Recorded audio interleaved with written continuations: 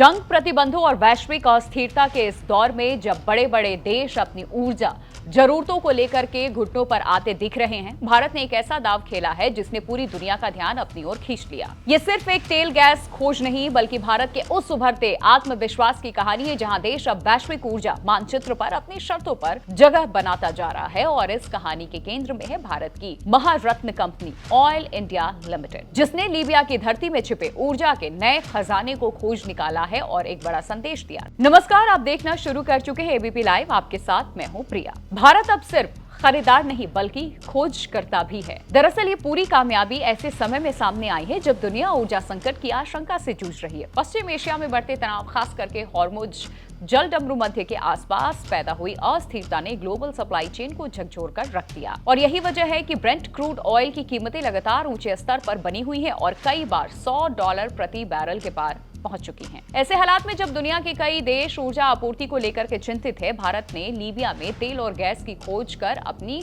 रणनीतिक दूरदर्शिता का परिचय भी दिया है। ये खोज लीबिया के दक्षिण पश्चिम क्षेत्र में स्थित गदामेस बेसिन के एरिया 95/96 ब्लॉक में हुई है। और ये क्षेत्र लंबे समय से तेल और गैस की संभावनाओं के लिए जाना जाता रहा है, लेकिन यहाँ काम करना आसान नहीं है। राजनीतिक अस्थिरता, सुरक्षा चुनौतियां और तकनीकी कठिनाइयों के बावजूद भारतीय कंपनियों ने यहां लगातार प्रयास जारी रखा था और यही दृढ़ता आज इस बड़ी सफलता के रूप में सामने भी आई है। इस प्रोजेक्ट में ऑयल इंडिया की 25% हिस्सेदारी है और एक भारतीय कंसोर्टियम का हिस्सा जिसमें इंडियन ऑयल कॉर्पोरेशन शामिल है। और इसके अलावा इस ब्लॉक का संचालन एक विदेशी ऑपरेटर कंपनी के जरिए किया जा रहा है। लेकिन भारतीय कंपनियों की भागीदारी इस प्रोजेक्ट की रणनीति की अहमियत को और बढ़ा देती है और ये दिखाता है कि भारत अब सिर्फ घरेलू उत्पादक तक सीमित नहीं है, बल्कि विदेशों से भी सक्रिय रूप से ऊर्जा संसाधनों की खोज और विकास कर रहा है। अब अगर इस खोज की तकनीकी बारीकियों पर नजर डालें तो ये सफलता और भी बड़ी नजर आती है। और इस ब्लॉक में कुल 8 कुएं खोदने की योजना है, जिनमें से पहले ही 5 कुओं की जो ड्रिलिंग है वो पूरी हो चुकी है। 2012 से 2014 के बीच में 4 बार कुओं में तेल और गैस की खोज भी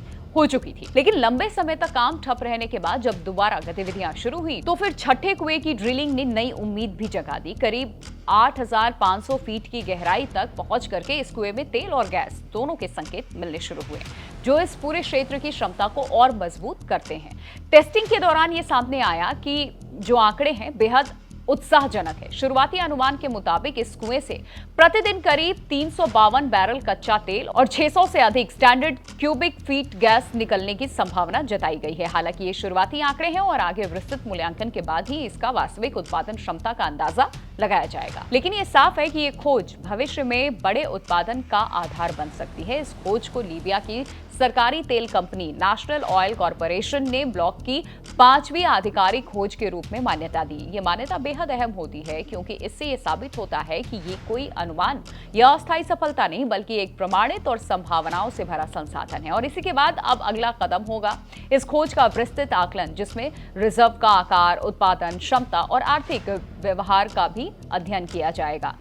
इसके बाद ही इसे पूर्ण विकास चरण में लेकर के जाया जाएगा, यानी कि आगे बढ़ेगी सरकार। अब सवाल उठता है कि भारत के लिए ये खोज इतनी महत्वपूर्ण क्यों है? इसका सबसे अहम और बड़ा कारण भारत की ऊर्जा निर्भरता। भारत अपनी कुल तेल जरूरत का लगभग 85% हिस्सा आयात करता है। इसका मतलब यह है कि देश की अर्थव्यवस्था काफी हद तक वैश्विक तेल बाजार पर निर्भर है। जब भी अंतर्राष्ट्रीय बाजारों में कीमतें बढ़ी हैं या सप्लाई चेन में बाधा आई है, उसका सीधा असर भारत की अर्थव्यवस्था और आम जनता पर पड़ता है। ऐसे में विदेशों में अपने तेल और गैस के स्रोत विकसित करना भारत के लिए एक रणनीतिक जरूरत बन चुका है। लीबिया में मिली यह सफलता इसी रणनीति का हिस्सा भी है।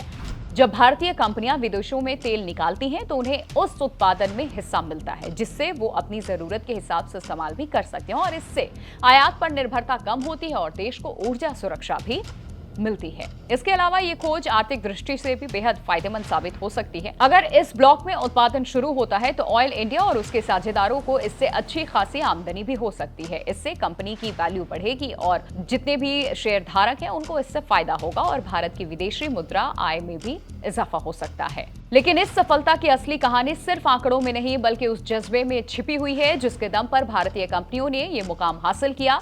लीबिया जैसे देश में जहां राजनीतिक अस्थिरता और सुरक्षा जोखिम हमेशा बने रहते हैं, वहां काम करना किसी चुनौती से कम नहीं है।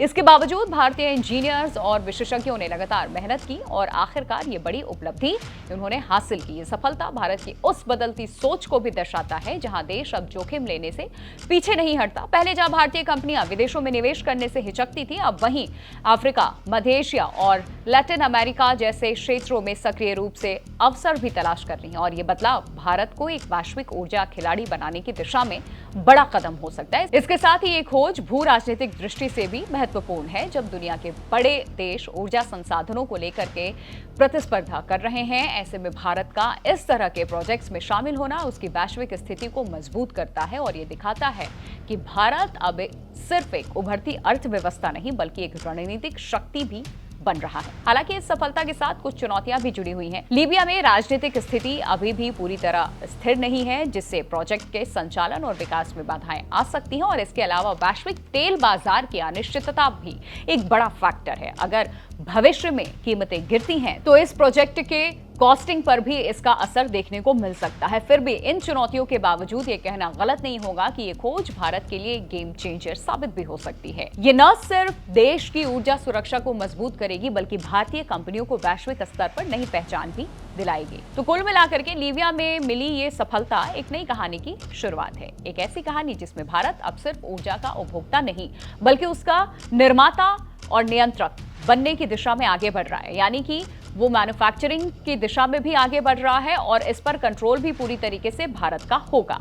तो ये जो अभी इस वक्त जानकारी हमने आपको दी है, रणनीतिक और उस आत्मविश्वास की भारत की कहानी है जो आज के भारत की सबसे बड़ी ताकत बन चुका है।